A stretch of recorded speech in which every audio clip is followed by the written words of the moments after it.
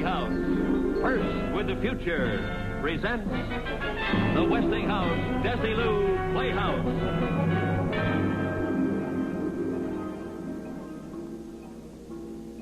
Good evening, ladies and gentlemen, and welcome to another Westinghouse Desilu Playhouse. Tonight, we're going to see a story written by Rod Serling and starring William Bendix. Our story begins in a doctor's office. A patient is sitting there. He walked into this office 9 minutes ago. Once upon a time, there was a psychiatrist named Arnold Gillespie and a patient whose name was Peter Jensen. Mr. Jensen walked into the office 9 minutes ago. It is 11 o'clock, Saturday morning, October 4th, 1958. It is perhaps chronologically trite to be so specific about an hour and a date, but involved in this story is a time element. Well, Mr. Jensen, I think we have some of the facts. Your age, unmarried, no physical ailments of any serious nature, and no previous visits to a psychiatrist. No previous arrests, either. The only time I ever saw a psychiatrist before was in a cartoon. Well, at best, you'll find this helpful. And at worst, harmless. Cigarette? No, thanks. Now, your occupation. Various. Part-time unsuccessful bookie, card dealer. Oh, I tended bar once, just down the street from here, a couple of doors. Andy's place. Well, how do I stack up, Doctor? Am I subnormal, abnormal, or just an average American lad? Family? Father and mother, both married. Scranton, Pennsylvania. He was a butcher. Butcher? Yeah, he was highly successful. His thumbs weighed 12 pounds. That's a good joke. You think so? Maybe you should see a psychiatrist. I think I will take one of those cigarettes. Sure, help yourself.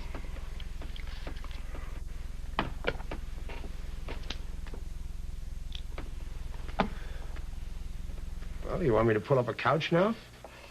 Well, not necessarily, if you're comfortable here. Let's start right here. You can start by telling me why you came. All right.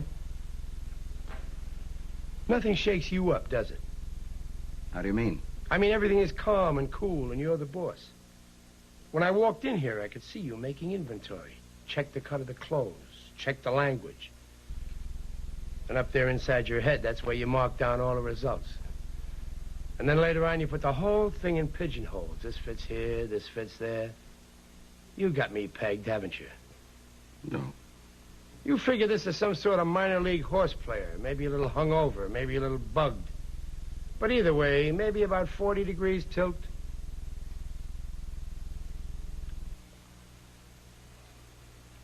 My cigarette went out.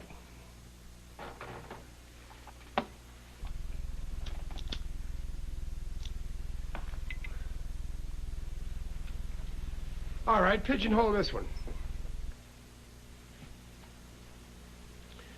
Look, if said minor league horse player tells you a half-witted story, can you tell me in one simple statement whether or not I'm off my rocker?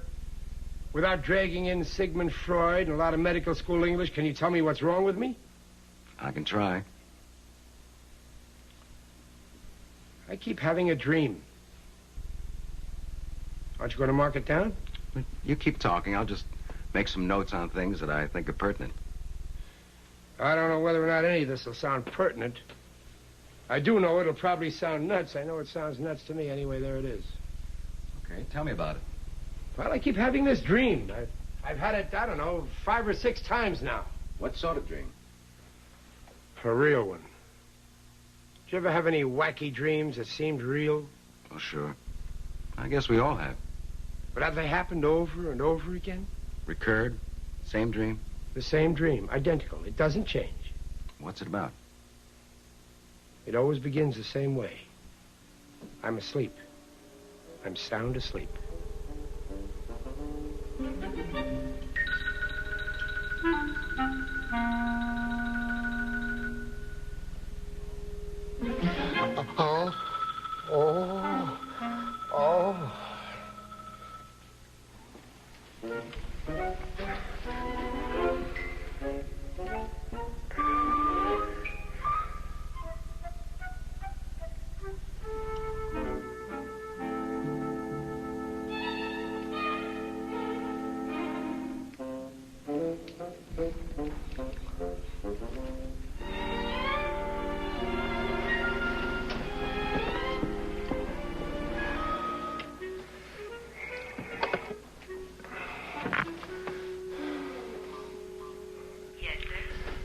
It's 5:06. Tell me, I got in pretty late last night, didn't I? I beg your pardon, sir. I asked you if I got in late last night. Well, I really don't know, Mr. Jensen. I wasn't on duty last night. Oh. Look, have you got any water? Well, you'll find some if you look around, sir.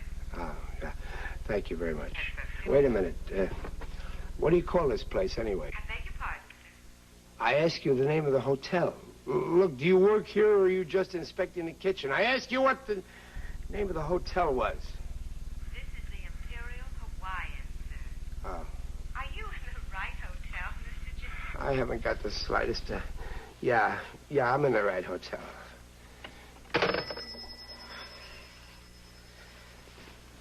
Oh.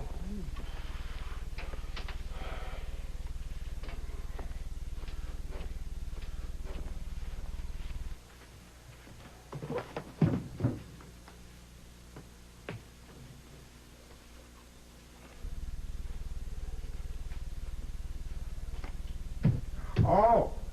Oh.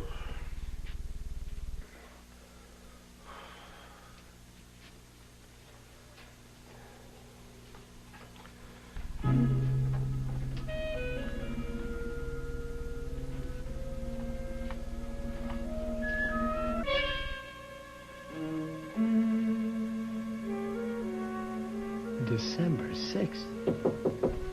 Yeah. Late, sir.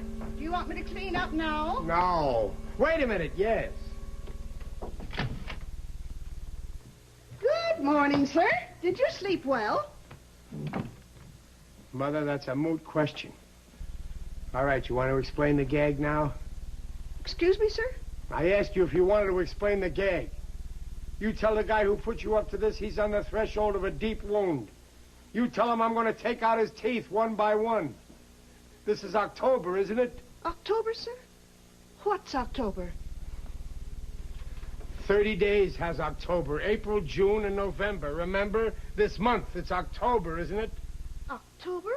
I don't believe so, sir. What do you mean you don't believe so? Is it October or isn't it? It's December, sir.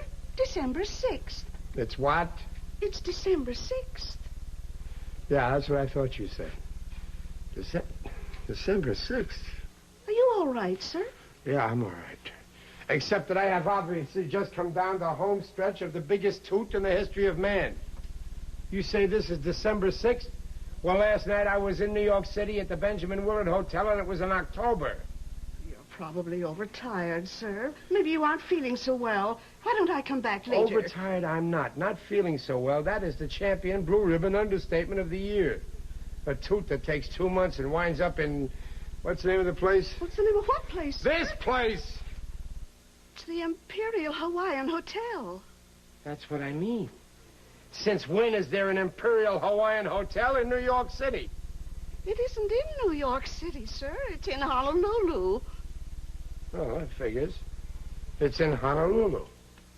Which leads me to the next question. What am I doing in Honolulu? I don't know, sir. That's what I thought you said. Now, there's just one more question. Really, sir? Why don't I come back later? Come here.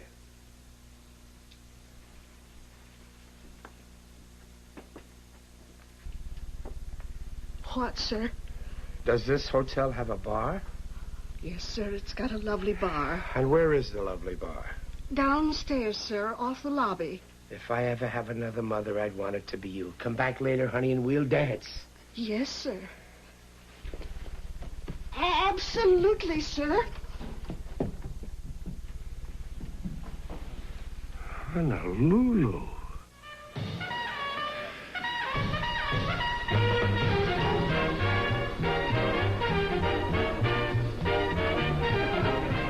Would you like a table, sir? No, I want to sit at the bar. But there are no seats left at the bar, sir.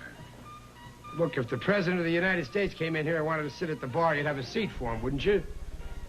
Well, of course. Well, I guarantee you he won't be here, so I'll just take his seat.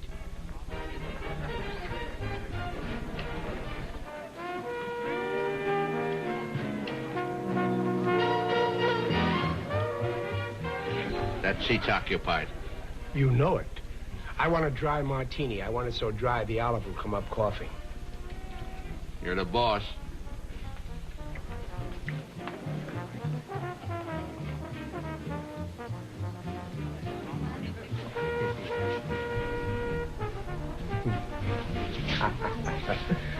Look, I tell you what you better do. You better just keep them coming. I'm on the last lap of the biggest binge in the world. Rough night, huh? 30 rough nights. Would you believe it? I fell asleep in New York a month ago, and I woke up here this morning. Dear boy, I know the feeling. Once I fell asleep at the Dublin airport, and I woke up on a British troop train going into Palestine. And that's my record. 43 days in the arms of Morpheus. Well, bless you. My wife. My drink. Oh, I'm sorry. Oh, that's all right. Think nothing of it. Have you been married long? 1 day, 6 hours, and 12 minutes. Well, I never would have guessed it.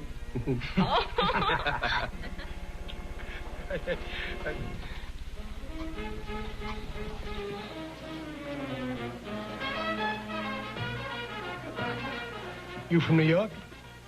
Born, bred, and raised. Good man. Sure is. Was. How's that? Was a good man. Yeah, that's what I said. No, you said he is a good man. Well, isn't he? He was. He's not here today. Of course he isn't. He's in New York, where he should be.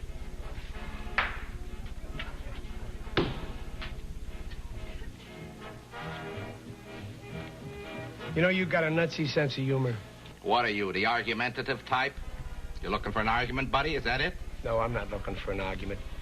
I just want to tell you that if you're kidding me, I'll come behind that bar, and in about 3 minutes, I'll be able to scrape you up in a spoon and put you in a cup. Let me buy you a drink. No, let me buy you a drink. A drink for the newlyweds. The newlyweds are drinking champagne. Give him champagne. What do I look like, a deadbeat?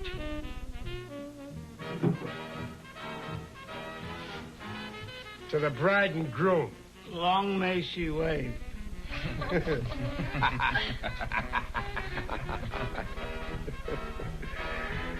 You off a ship? Bet your life. The best baby afloat. The Arizona. What? The Arizona. The Arizona? When did they dredge her out of the mud? You're talking about my ship. She's never been close to the mud. She hasn't, huh? Boy, you got a lovely wife and a lousy memory. You trying to tell me she wasn't sunk? I'm not trying to tell you. I'm telling you. The Arizona's never been sunk in her life. She hasn't, huh? You know it. You know it. I don't know it. I say she got sunk on December 7th, 1941. And that's where she sits today, in the mud at the bottom of Pearl Harbor. Now, what do you think of that?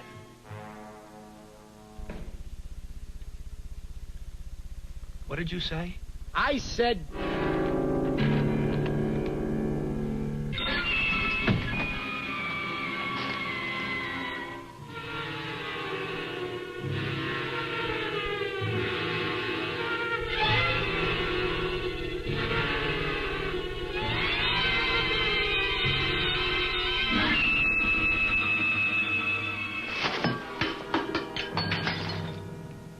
It's not 1941. It's 1958. You hear me? It's 1958. How could it be 1941? It's 1958. How could it be 1941? It's 1958. 1958. Mm-hmm. And the dream ends there, huh? No, it goes on. I see, but up to that point, you say that each dream is identical. Identical. I even remember going to the door of the bar, look out in the street, look at all the cars. 39s, 40s, 41s, no fins or anything. Go on. Now get this. This is probably where I should get on the couch. I don't think this is a dream.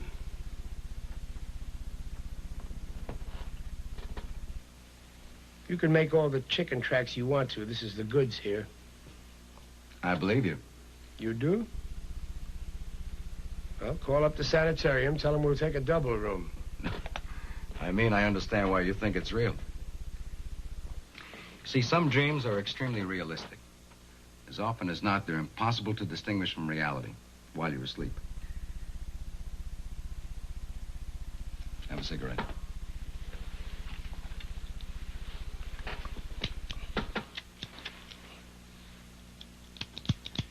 It's run out of fluid. Done quite a bit of smoking here. Now, where were we? You don't get what I'm telling you, do you? It isn't just that it's real while I'm asleep. While I'm telling you this, while I'm standing here telling you this, it's still real. Everything that happens in those dreams, that's real. Go on. Well, it spills the beans, doesn't it? And this is your problem. That's some problem. A guy who dreams things and thinks they're real. Well, as I told you, some dreams are very real. Oh, I've had dreams like everybody else. But a week ago when these things started, I knew that they weren't dreams. You understand? They're not dreams. Well, if they're not dreams, Mr. Jensen, what do you suppose they are? What do you suppose they are? I wake up in a hotel room in Honolulu and it's 1941. But I mean, I really wake up and it's really 1941. Now, wait a minute, Mr. Jensen. You're not trying to tell me... Yes, I am telling you. I'm going back in time.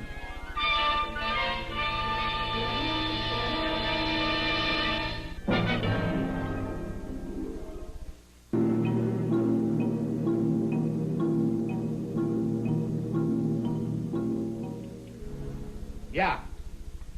Well, are you a bookie or aren't you? Okay, then, this is the bet. I picked Joe Louis over Buddy Bear. What odds did he give me if I picked the round? What are you talking about? They're not scheduled. They will be. You're going to fight on January 9th. Yes, that's right. Buddy Bear. I picked Louis in one round. What's the quote? 30-1. Come on, boy. Come on. Well, that's better. Okay, I'll take $500. Right. What do you mean, how do I know? I just know, that's all. Right. Say, wait a minute, you got the name right? No, Jenson. Jensen. Peter Jensen, that's right. I'm at the Imperial Hawaiian. Wait a minute. Jensen speaking. Right. I'm the guy. I'll call you back. You want to take a bet on the All-Star game for next year? I'll pick the American League. I spent the next 2.5 hours in a kind of paradise, making bets on sure things. Every race, every prize fight, every football game I can remember happening after December of 1941. I got it figured out that if this crazy stuff goes on at least 6 more months, I'm a shoo-in to collect about $464,000 from a half a dozen soon-to-be impoverished bookies. I'm not scared, you understand. I don't have one idea what I'm doing back here, but as long as I'm back, I figure I'll put it all to good use. Come in. Hi. How are you? I'm fine. How about a drink?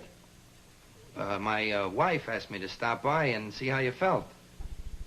That was nice of her. I feel great. How about a drink, huh? No, thanks. We're going swimming. She was a little concerned. My wife, I mean. About what? About me? Well, it's just that down at the bar when you saw that paper, you began Oh, that. Well, that was... Well, as a matter of fact, I was going to give you a ring and tell you that I was sorry about that Arizona stuff. You know, the mud and everything. It was nothing personal, you understand. Sure. Good. Let's see, I had the All-Star game, 500. Are you sick? No, I'm all right. Well, what made you say it was 1958? Oh, I guess I was just a little whirly up here. Sure. Well, look, we'll be back about 4 or 5. Maybe you'd like to have a drink with us then if you feel okay, huh? You got a deal. Well, we'll see you later then. Fine. Wait a minute. Yeah? What do you do on the Arizona? Oh, I'm in the engineering section. You work down below, huh? Most of the time. Good job? I like it. Well, I'll see you later then. Yeah, we'll give you a call when we get in. All right.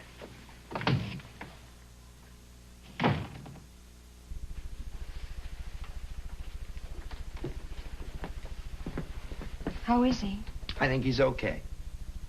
He seems so lost. Now, he'll be okay. Said to give him a call when we get in.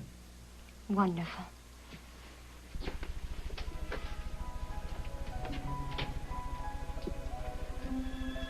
I remember thinking right at this given moment that these are two nice-looking kids. And while I'm watching them, the thought hits me that this is an awfully young and pretty kid to be a widow after just 2 days of being a wife. So right at this moment, I do the only thing I can do. I make a jerk out of myself. I want a Honolulu newspaper. I don't care anyone. Mr. Jensen, this is Mr. Gibbons, the editor. Well, Mr. Gibbons, the editor, what's with it? If this information is so hot, why didn't you take it to the Army? Because I figured a newspaper would spread it around a lot quicker. Besides, there isn't time to go to a lot of brass trying to get heard. Well, what about it? You going to print it? You going to get out an extra? Of course, an extra. Hannafy, you take all this down. You dictate to him everything you've got. I can give it to him in about 3 paragraphs. But I want a guarantee before I do. I want to be sure I'm not going to get stuck in any rubber room with a straitjacket after I finish the story. Go ahead. And you take it all down. All right. I have information that the Japanese are going to bomb Pearl Harbor tomorrow morning at approximately 8 a.m. Honolulu time. You know this to be a fact? As sure as I know the good Lord made racehorses. They're going to come over here in about 30 waves off a bunch of carriers. They're going to plaster us while we're still in our beds dreaming about last night. Pearl Harbor, Oahu, Schofield Barracks, the airfield, and you name it. You got all that down? Yes, sir. Well, what are you going to do about it? I'm going to call the commanding general and tell him to get out all available manpower. I figure that at least 10 or 11 regiments fully combat equipped should be sent to the beach. Now you're talking. We're calling the Navy, too. Aircraft carriers will be sent to the area. I figure there should be at least 1,000 planes. That's action, man. That's action. Then I'm going to recommend to the President of the United States that you lead the troops because you're good officer material. Now you're talking my... All right, knock it off. Cut the gag. Now you listen to me. No, you listen. Because I'm going to tell you something, newsboy. Tomorrow morning, you're going to be about 4,000 miles away from any kind of laughing. And you're not going to be able to say that I didn't warn you. Because this is no gag. You're right, it's no gag. Because we're fed up. We've had all we can take for one afternoon. Now, you get out of here peacefully, Mr. Jansen, or I may have to have somebody escort you outside. I can walk out by myself. And if you try to put anybody at my elbows, you're going to have to call in a hospital staff. I don't appreciate that kind of talk. Oh, you don't, huh? You really don't. Well, what do you appreciate, Mr. Gibbons? Maybe you'd appreciate a good smack in the jaw. Something to repay me for my trouble in coming over here and trying to get in to see you. This is going to hurt me worse than it does you, Mr. Jensen. Believe me. I believe you, Mr. Gibbons.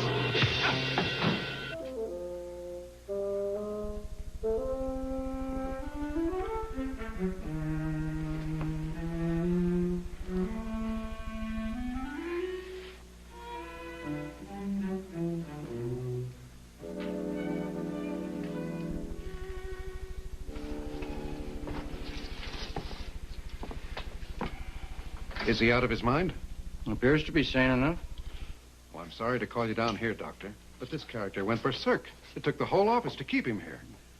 I think he ought to be fitted for a jacket. You walk on your lower lip one more time, big shot, and I'll get you out of the newspaper business on a disability pension.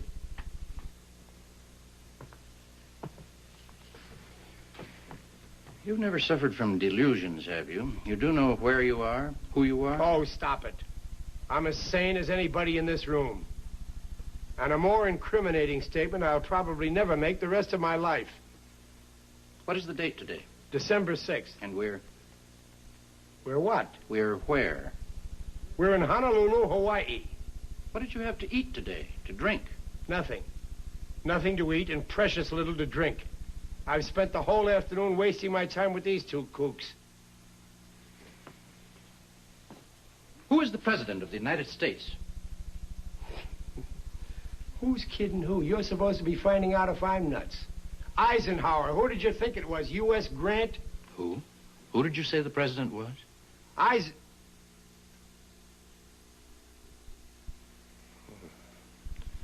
course, it's 1941. FDR. Franklin Delano Roosevelt is the president. Who was the other person you mentioned? Eisen something? I was thinking about something else. Franklin D. Roosevelt is the president. Who else did you mention? Eisenhower, Dwight Eisenhower. He's a light colonel on the general staff in Washington. How did you know about Ike Eisenhower? Who is the vice president, Mr. Jensen?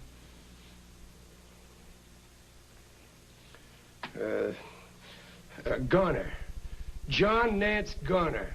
John Nance Garner was the vice president. He isn't any longer. Oh. Well, wait a minute now. Truman. Harry Truman. Of course it's Truman, because when Roosevelt dies, Truman becomes the president. How's that? What's the matter with you guys? Don't you know that Roosevelt dies, and then Truman takes over, and then Eisenhower becomes the president? What's the matter with you guys? What's...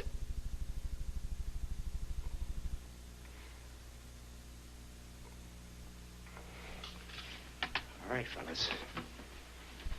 I take it all back. You named the vice president, and that's who it is. Forget I ever mentioned it. Hold it. Sit down, Mr. Jensen. Let's you and I talk this over.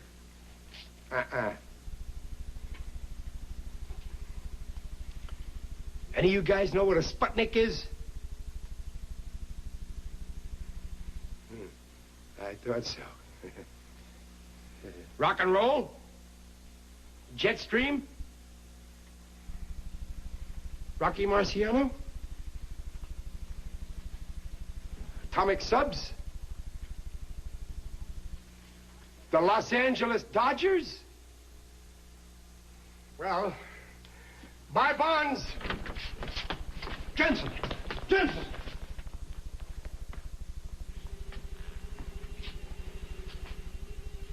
Something on your mind, Hannafy?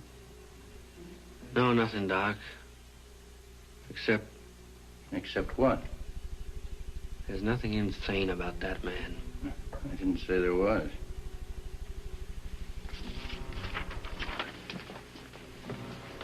This yours, Hannafy? You're quite an artist. Your plane's Japanese, I suppose. Not really. Just doodles, that's all. You'd better watch yourself. I'll be putting you under a light.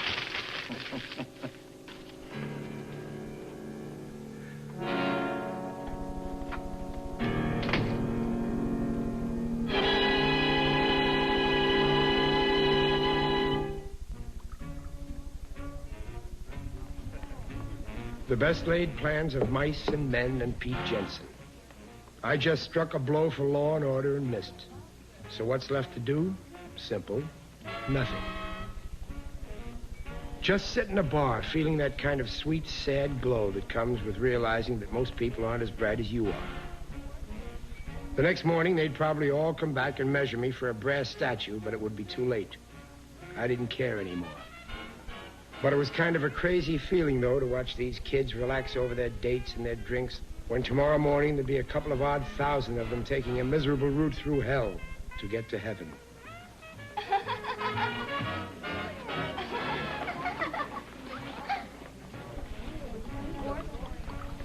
A Happy New Year to you. Knock it off.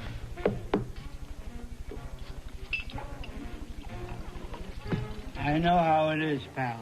Believe me, I know how it is. Once I tied one on in New Orleans around Mardi Gras time. And I woke up outside the bleacher section of Ebbets Field on St. Patrick's Day. Still in costume.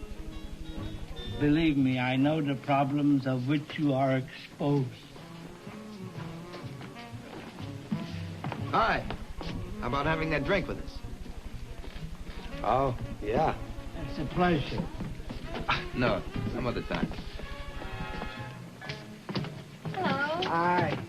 I'm a little ahead of you. How was the swim? Wonderful. Good. How many hours is it now?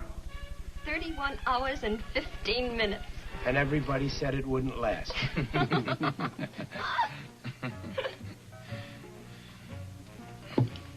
Mr. Jensen? Pete. Pete? Are you all right? Oh, sure, I'm all right. Why? Well, this morning you seemed so sure it was another year.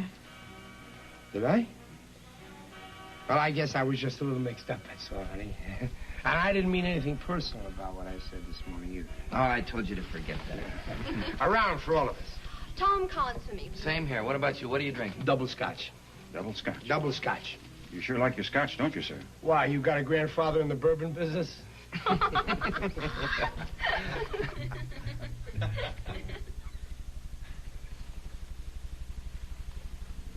What's the matter? I wasn't kidding this morning. I meant what I said. The Arizona's going to get sunk tomorrow morning. Are we on that again? We're on that again. Look, Lieutenant. Ensign. Ensign, Lieutenant, it doesn't matter. I've got no axe to grind, you understand? Tomorrow morning, I've got every intention of going down into the basement and cuddling up to the furnace and spending the whole day listening to the sirens. You say you're an engineering officer or something. That means you're down near the boilers. Well, I'm telling you that at about 8:20 a.m. tomorrow morning, there won't be any boilers. There won't be any decks. There won't be any ship left. And that goes for a lot of boilers and a lot of decks and a lot of ships. Not to mention handsome young ensigns with new brides. Please, don't talk like that. I've got to talk like that. This is the second half of the story. I know what's going to happen tomorrow. Because tomorrow is December 7th, 1941 to you people. But it's 17 years ago to me. That's right. Last night I was in New York City. It was 1958. It was October. It was 17 years after what it is this very minute. And I've lived through those 17 years, and I know what's going to happen. Look, you're nice kids. You're nice young kids. I've got no reason in the world to give you grief. I'm telling you that tomorrow morning we're going to get attacked. And if you're on that ship... I'll be on that ship because that's my berth. Mr. Jensen, you're a nice fellow and all that, but if you keep saying crazy, wild things like this and making Edna worried, I'm going to have to pop you. Come on, honey, we'll have our drink at the bar. Wait a minute. Hey, you, I don't want no trouble. You want to fight, go out and fight a lamppost. You shut your mouth. All right, what are you going to do about it? You going to stand around holding hands and biting earlobes until this boy goes back to his ship? Because I'm telling you, if he goes back to that ship, he may not be alive at 9 o'clock tomorrow morning.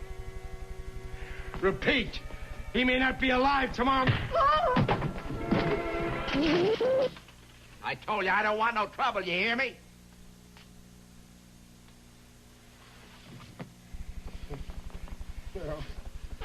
You don't want any trouble, huh? You don't want any trouble. All right, I don't want to give you any trouble. I want to give you music.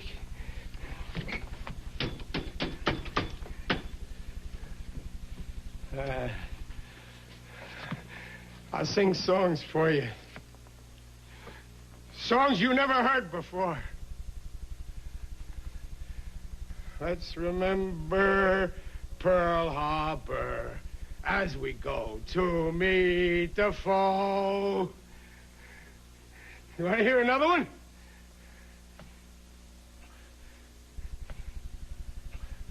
Praise the Lord and pass the ammunition. Praise the Lord and pass the ammunition. Praise the Lord and pass the ammunition, and we'll all stay free. You hear that? That's a song you're all going to be singing. You're all going to sing that in about a week. Because the Japs are going to...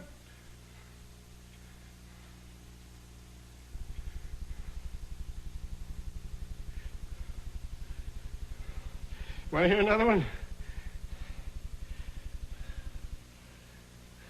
Let's remember Pearl Harbor as we go to meet the foe.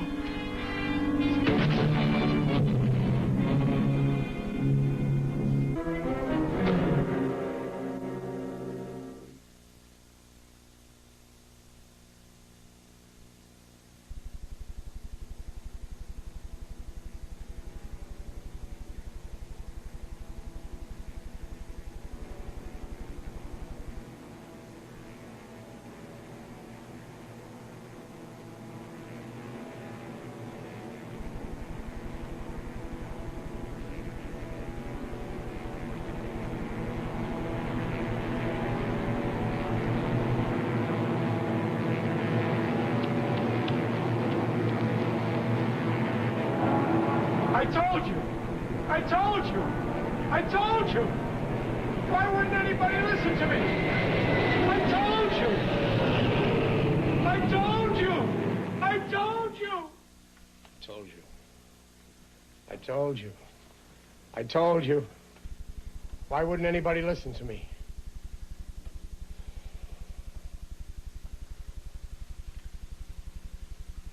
And then? That's where I wake up. Standing by the doors. Planes coming in low. Bombs dropping. Strafing. That's just where I wake up. It's realistic and very frightening. How long has this been going on? How often have you had this dream? Every night for a week. And everything is always the same. Chronologically the same. Everything. Everything. The ensign and his bride. The bar. In my room on the phone. Everything. And the moment when I'm standing by those doors and the planes are coming in, it's always the same. And it's real. It's not a dream, it's real. I'm going back in time. I know. Well, Mr. Jensen, I won't attempt to analyze that dream now, except to say this, that very often you dream with a purpose.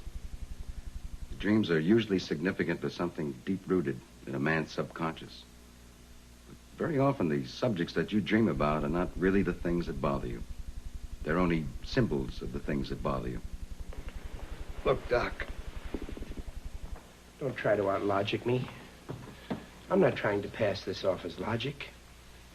I just know what I know. I'm going back in time. I can't give you an explanation. I thought maybe you could give me one. And I'll tell you something else. When I'm standing by those doors and the planes are coming in, that's where I wake up. But even after I wake up, when I'm lying in bed thinking about it, I know the dream shouldn't have ended there.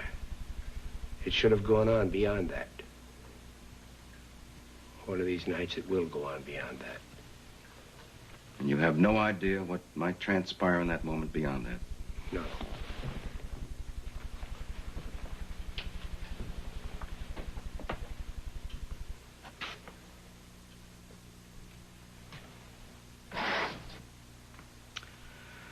All right, let's approach it your way. Let's look at it as if it weren't a dream, but let's look at it very practically. Assume now that it were possible to go back in time. Now we can assume that. You go back in time and you do something. Let's say you warn people about an accident that you know is going to happen so that the accident doesn't happen. But what is it that you're doing? By altering the past, you change the present.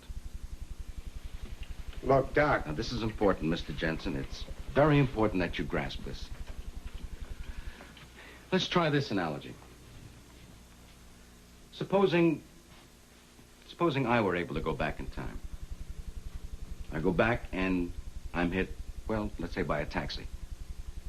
Now, it figures that if I were able to go back in time and were killed, I wouldn't be living today. Not only that, think of all the other lives affected. I wouldn't have gotten married, I wouldn't have any children, I wouldn't have bought a house.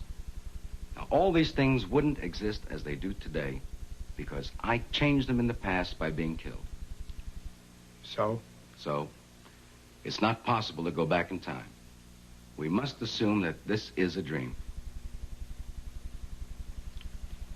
All right, try this then. All right?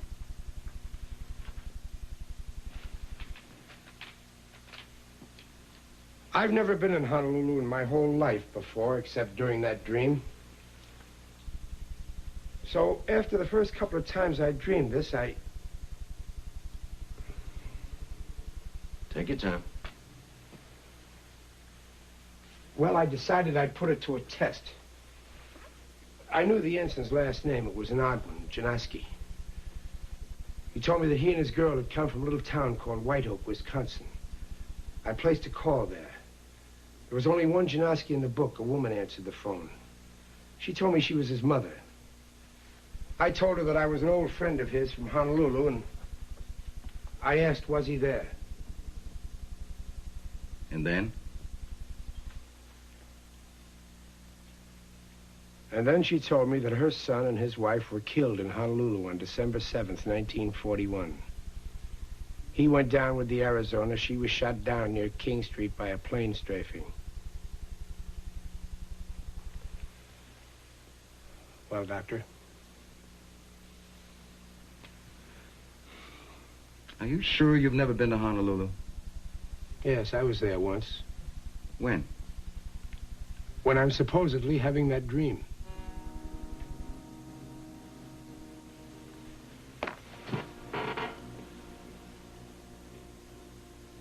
All right, Doc, tell me.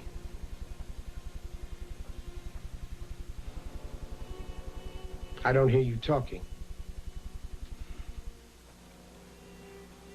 Well, at the moment, I don't quite know what to say.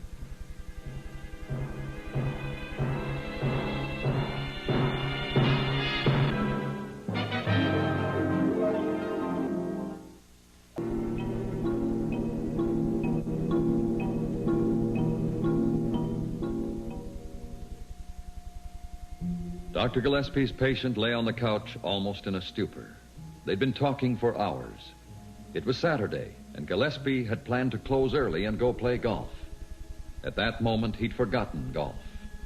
He was concerned only with the fascinating and unbelievable story that this man in front of him had told him.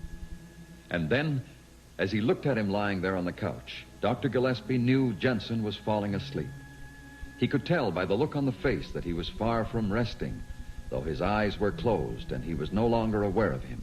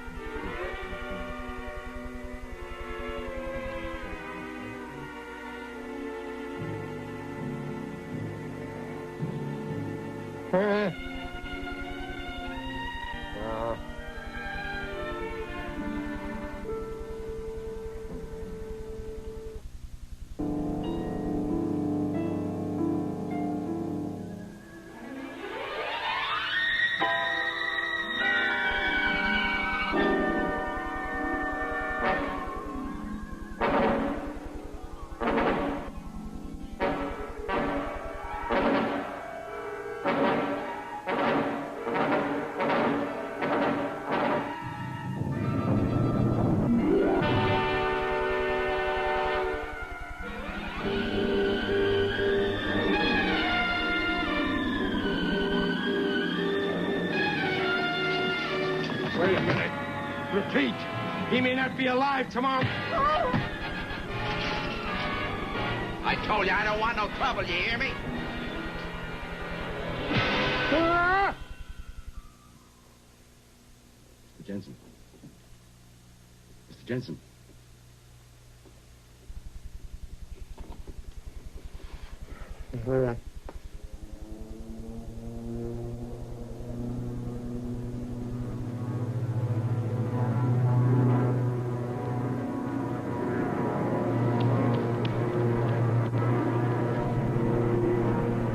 told you.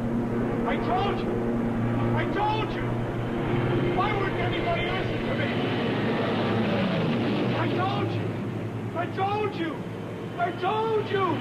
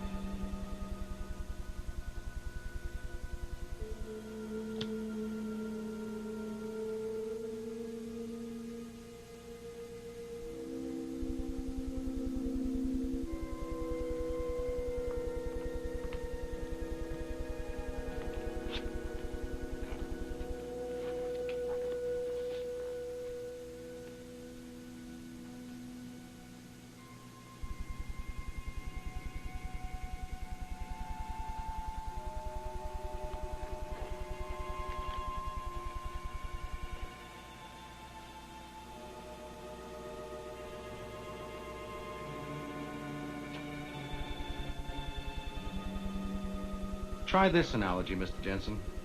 Supposing I were to go back in time and I were to be hit, say, by a taxi. Now, it figures that if I went back in time and were killed, I shouldn't be living today.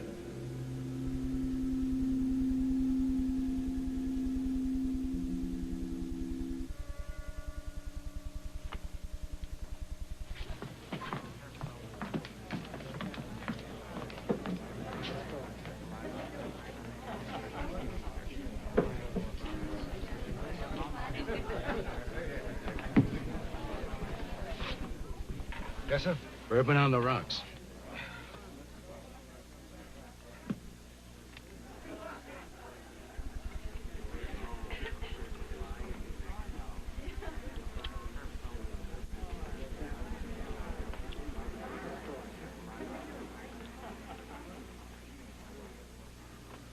Bourbon on the rocks. Well, happy dreams. Whatever you like. Drink hearty.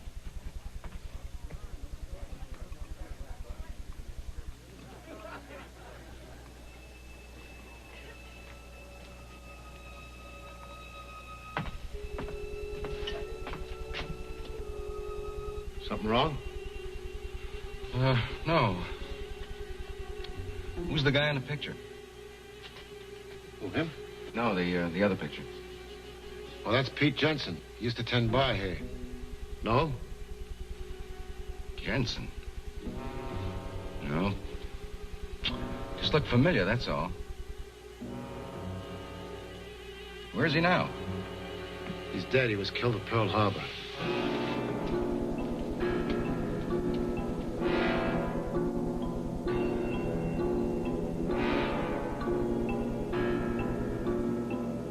It is October 4th, 1958, Saturday, 12:10 p.m.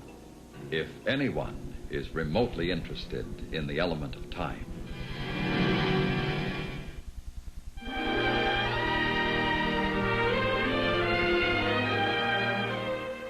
You're watching an all-night sneak preview of Nick at Night's TV Land, the new 24-hour network. If you like what you see, call your cable company and tell them to add this channel to your service.